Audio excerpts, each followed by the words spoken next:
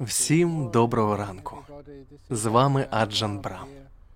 Сьогодні вівторок, здається, 14-те? 13-те? 15-те? Ну, якийсь день всередині червня. Думаю, що 16-й, чи не так? Так, сьогодні 16 червня. Отже, ласкаво прошу. Ось що відбувається, коли ти живеш теперішнім моментом. Іноді забуваєш, який сьогодні день тижня. Але тут, у Західній Австралії, це прекрасний день. І це можливість виступити з невеликою промовою та з подальшою медитацією. Хоча багато людей вже виходять з карантину, і їм вдається ходити куди завгодно, я все ще виступаю тут щовівторка вранці. І це чудово. Чудово, що кожен має змогу послухати хорошу дхарму і позитивні роздуми про життя. Одним із цих позитивних роздумів є вміння не турбуватися про майбутнє, ніколи не зациклюватися на минулому і завжди бути в теперішньому моменті з вільною, чистою і відкритою свідомістю, яка може оцінити так багато речей, що відбувається навколо тут і зараз.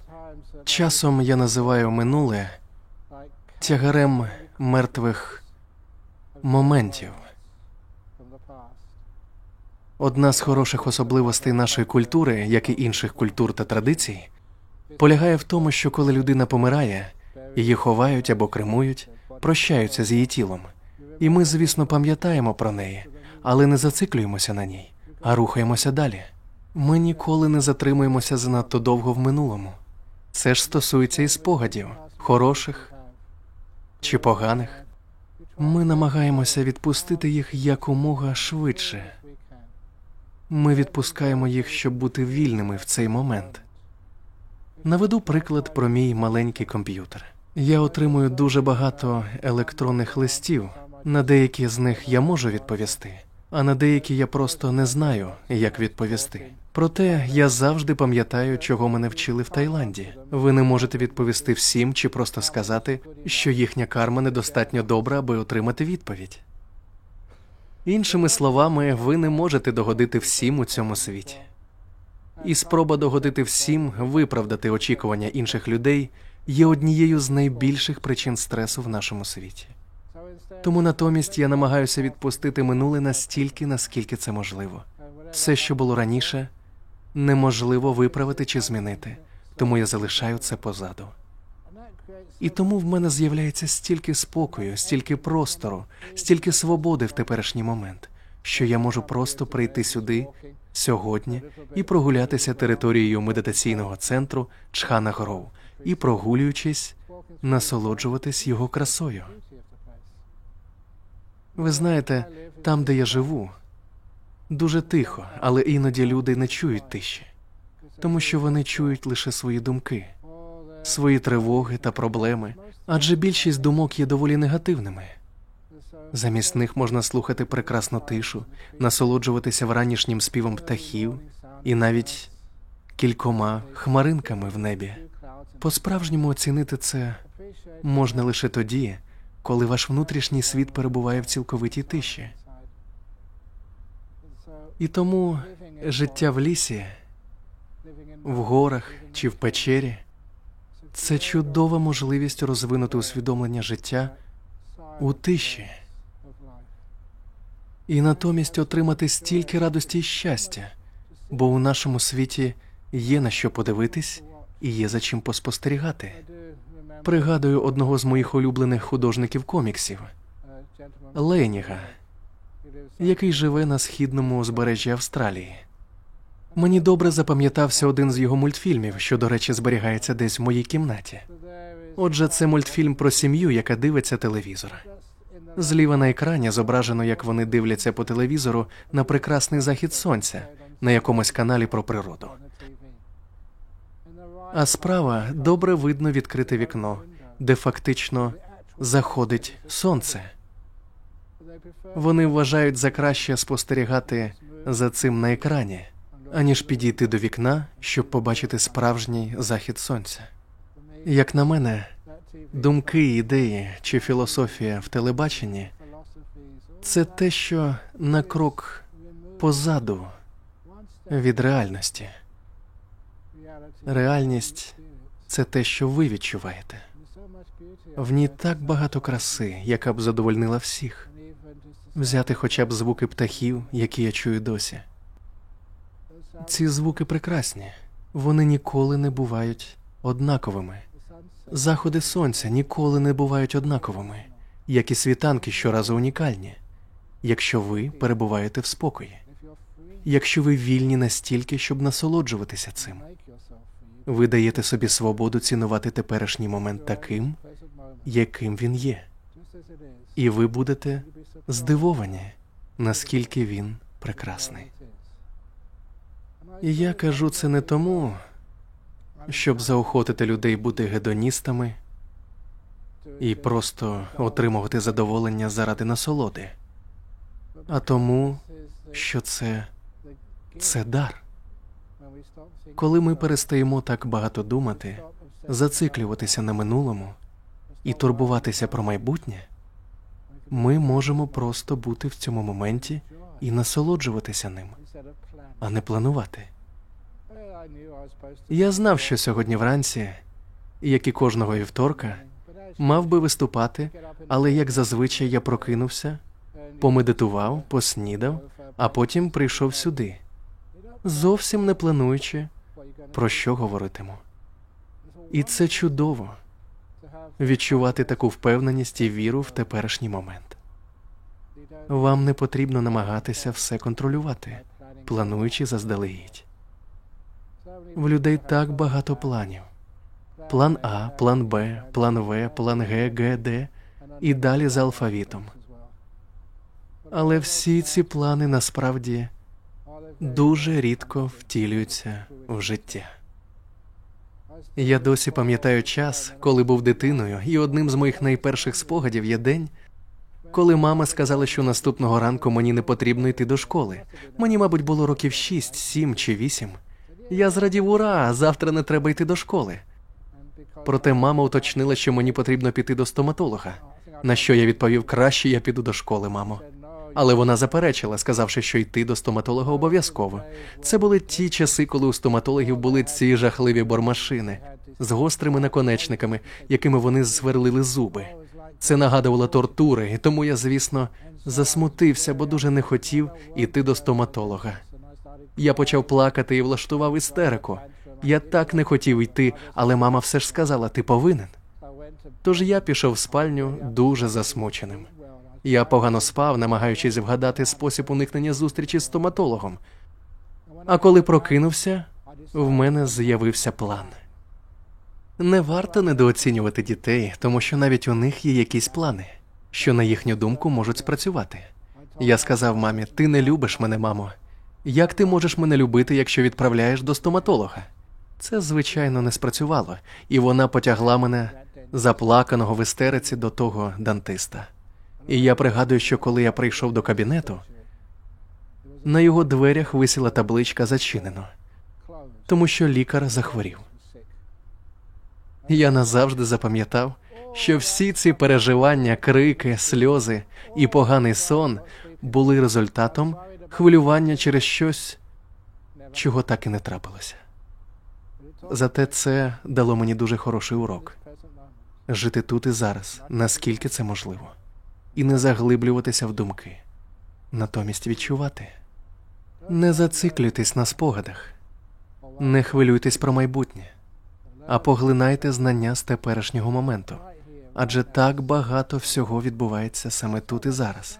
Тут є так багато, щоб задовольнити вас.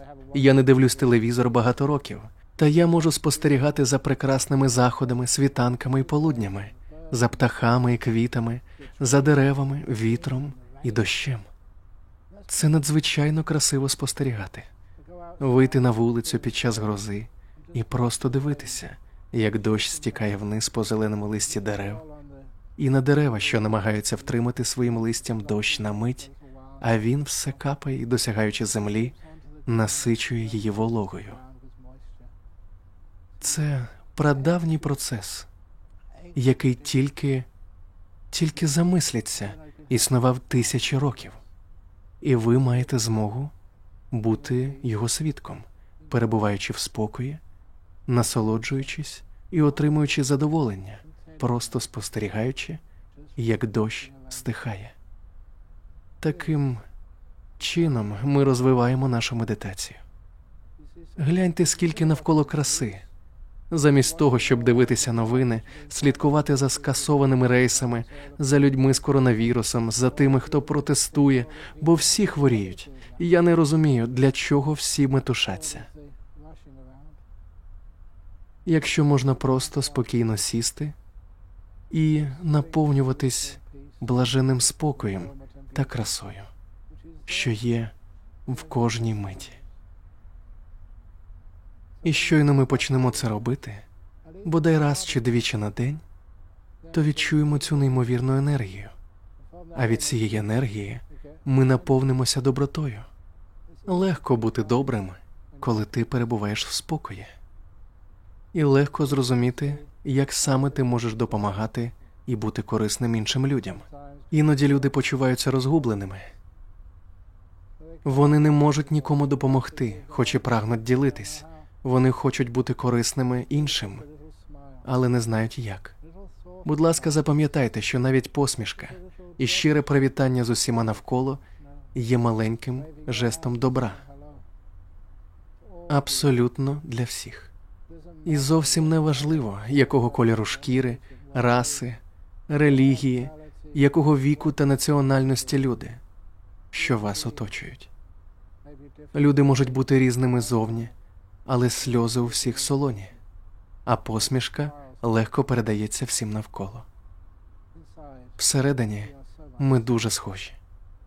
Це одна з причин, чому легко бути добрим і любити всіх, якщо ти перебуваєш в моменті і бачиш його красу. Буває, коли ми починаємо медитувати, так легко знайти собі виправдання. Ох, я втомився, ой, у мене болить, я застудився, ой, я так, і ще багато речей, які треба зробити згодом. Точнісінько, як і в моїй історії про стоматолога. Я і справді думав, що мені доведеться піти до нього, і я так перебільшував те, що мене очікує, проте мені не довелося йти. Коли я врешті сходив до нього пізніше, мені було не так боляче, як я думав. Дивно, але коли ми мислимо негативно, ми лише посилюємо життєві проблеми.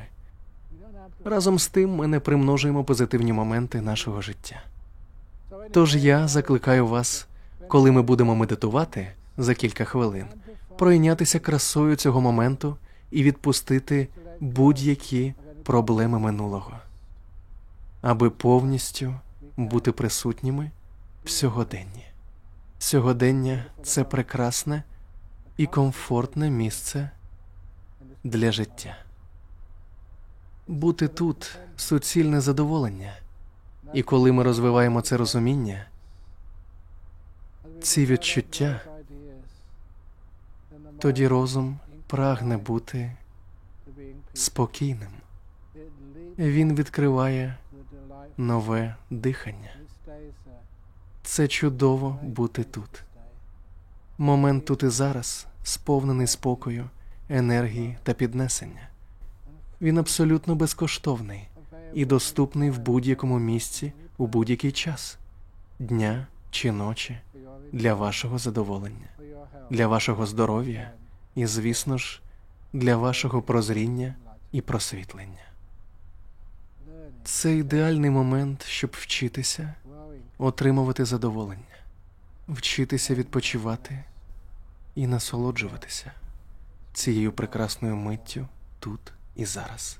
Отже, зараз, якщо ви хочете, і якщо ви досі не сидите і не медитуєте, схрестивши ноги, чи не лежите на землі або на ліжку, то спробуйте зручно розмістити своє тіло в максимально комфортній позі, як і я збираюся зробити зараз. Медитація триватиме 20-25 хвилин. Можливо, довше. Побачимо.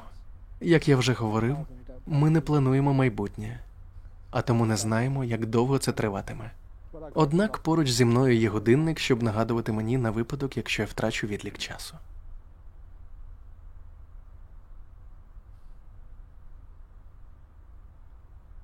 Отже, заплющуємо очі. Разом із ними заплющуйте очі на все своє минуле. ніби ви зачиняєте свою пам'ять. Залиште позаду всі свої страхи та тривоги про майбутнє, а також свої сподівання та мрії. Залиште все це позаду. Це як зачинити двері свого розуму, щоб ви могли залишитися наодинці всередині. Не впускайте у вашу свідомість нічого стороннього. Окрім, звісно, мого голосу.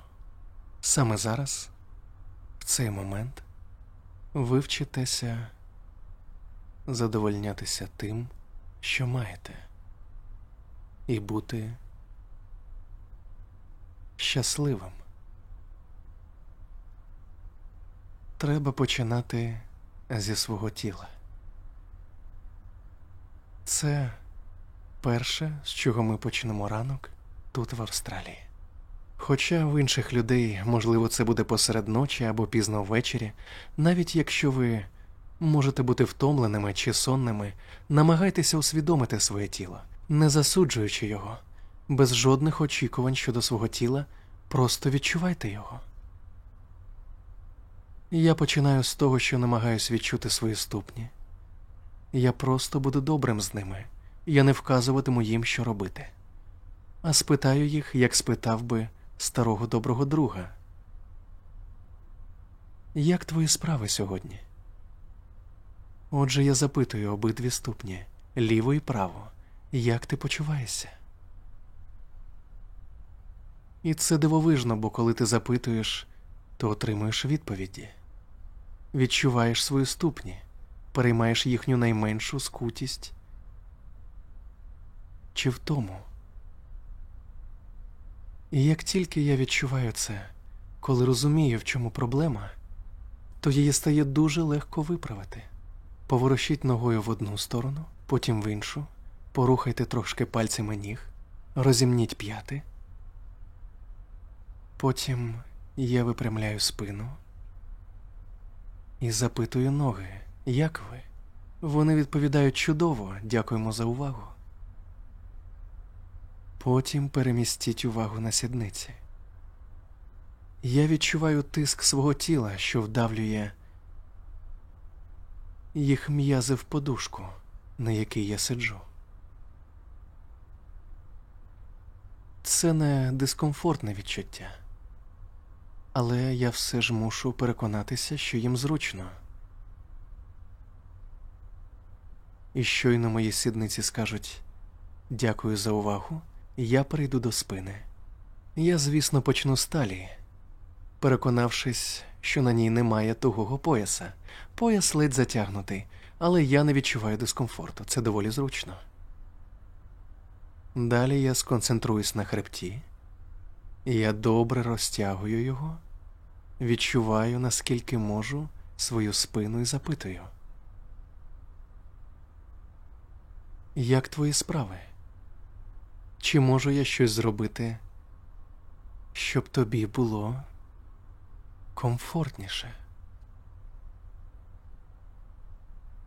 Ці прояви доброти до свого тіла, навіть якщо це просто наміри без конкретних дій, вже покращують відчуття в тілі.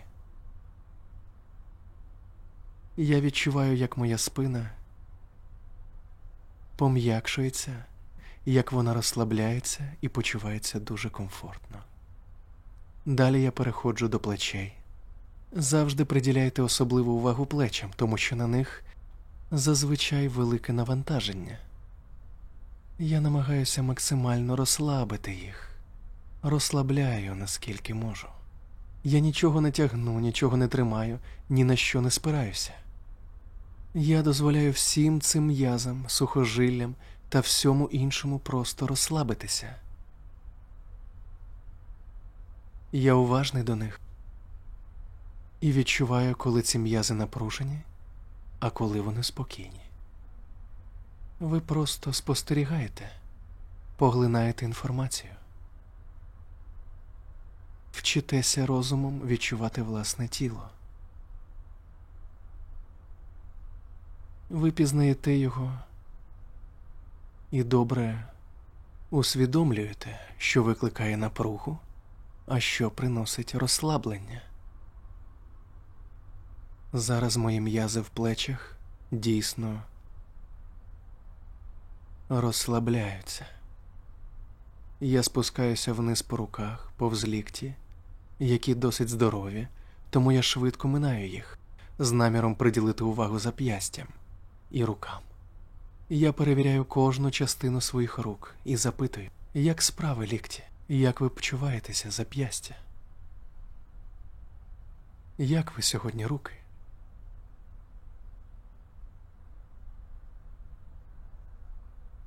Коли кожній частині моїх кінцівок зручно, я спокійний, що все добре і я можу продовжувати. Це як затишно вмостити в ліжко маленьку дитину, яка засинає, тому можна рухатися далі. Я не засинаю, але переміщую свою увагу подалі від рук і зап'ясть до шиї, слідкуючи, щоб голова трималася збалансовано. Я маю звичку завжди рухати головою вперед і назад, вліво і вправо, аби переконатися, що вона добре збалансована. Бо інакше у мене болить шия. Зараз я не відчуваю болю в шиї. Проте в горлі є незначне першіння. Я не намагаюся його позбутися, а приймаю і ставлюся до нього із розумінням. Намагайтеся бути з тілом, а не проти нього.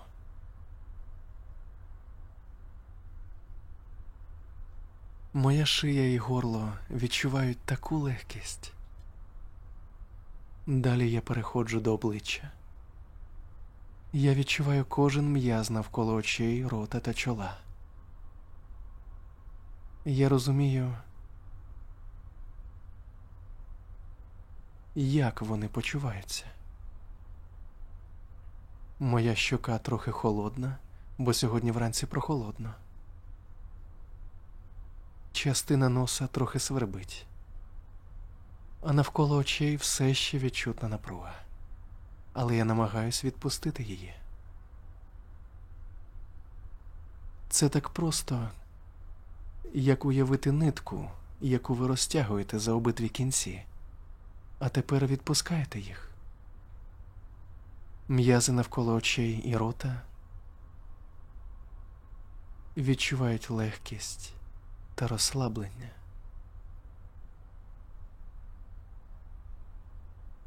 Все моє обличчя відчуває невагомість і комфорт.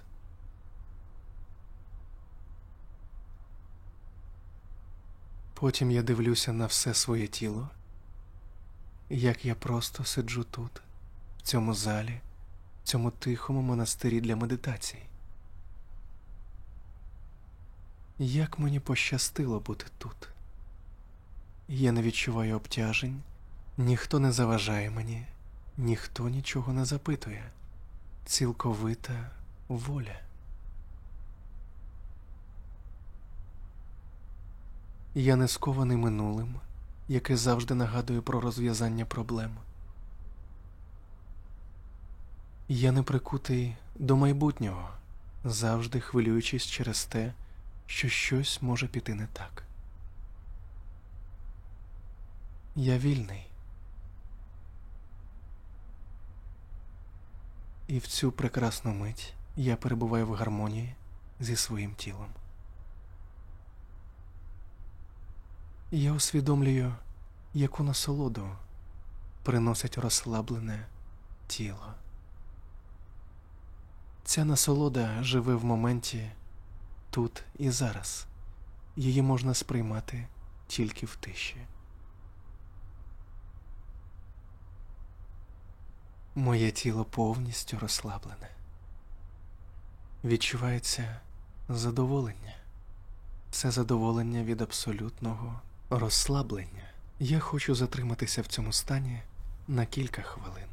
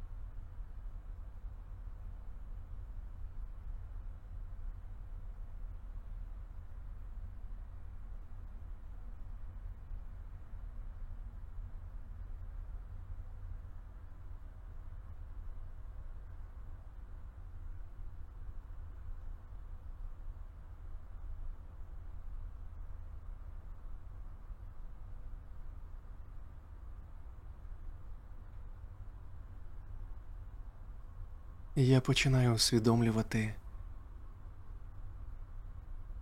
що можу виміряти рівень свого спокою. Наскільки я спокійний?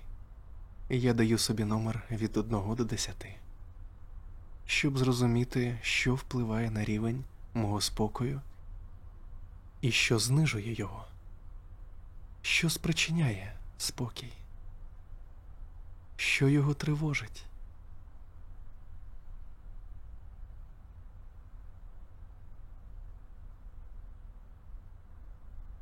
Моя свідомість зараз зосереджена на переживанні спокою,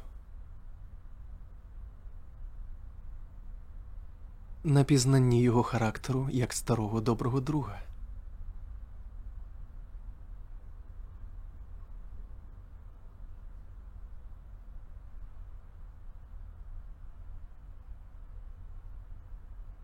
Спокій – це дуже приємний об'єкт для концентрації вашої уваги.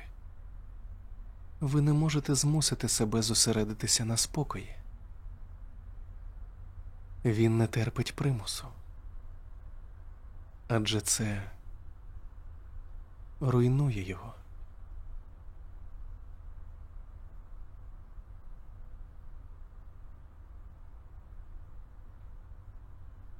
Та коли ви дозволяєте йому наповнити вас, бути з вами, він зростає. Перебуваючи в стані спокою, я завжди усвідомлюю своє дихання. Дихання, яке я відчуваю в обіймах спокою.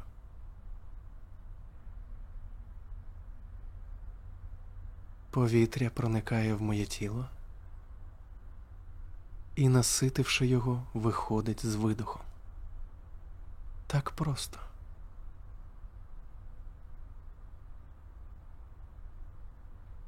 Це все, що я маю в цей момент.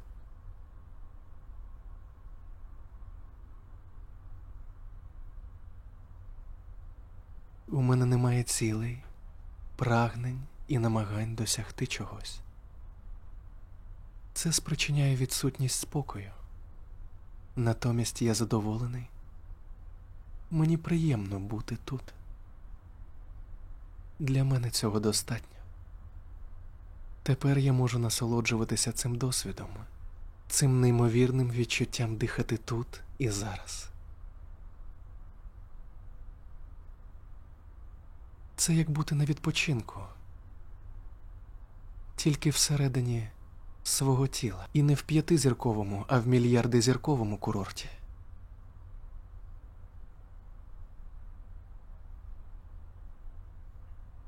Просто спостерігати за процесом чудового дихання, що відбувається зараз, і не порушувати його. Дозволивши собі не думати ні про що інше, окрім дихання, я відчуваю полегшення. Якщо я намагаюся щось зробити, це лише заважає.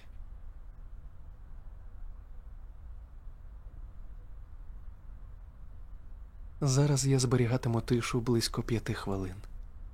Ближче до кінця медитації я знову почну говорити.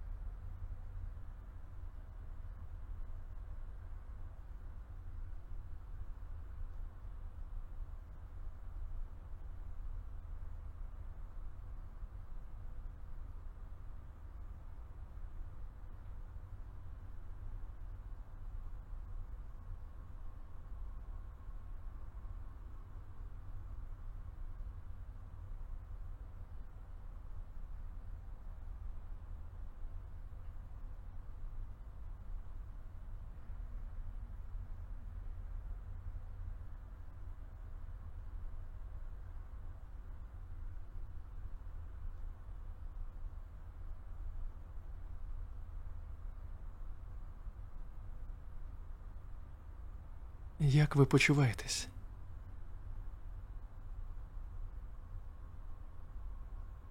Наскільки спокійна ваша свідомість? Наскільки розслаблене тіло?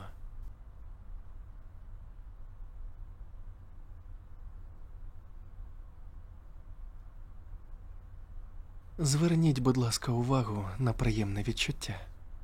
Це спокій. Коли ви усвідомлюєте, що це щастя піттісукха, як кажуть на палі, воно лише зростає.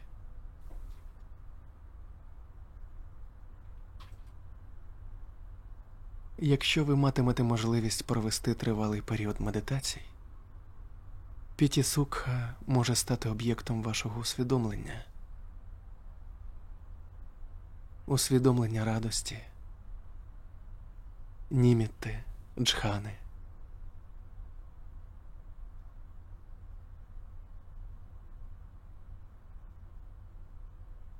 Як почувається ваше тіло зараз, коли ми завершуємо медитацію? Моє тіло почувається набагато краще, ніж коли я починав медитувати. Воно розслаблене, невагоме, сповнене здоров'я.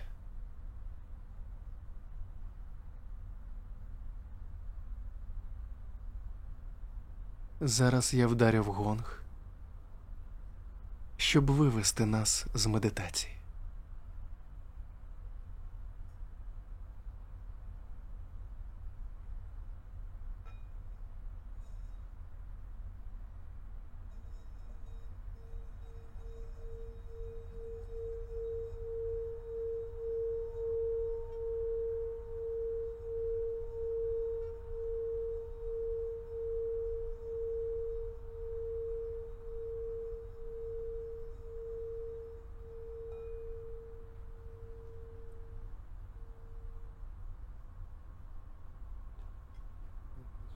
Це було чудово. А зараз я благословляю вас усіх. Ваше щастя, ваше міцне здоров'я, вашу силу та вашу мужність приділити собі час, щоб віднайти спокій у медитації.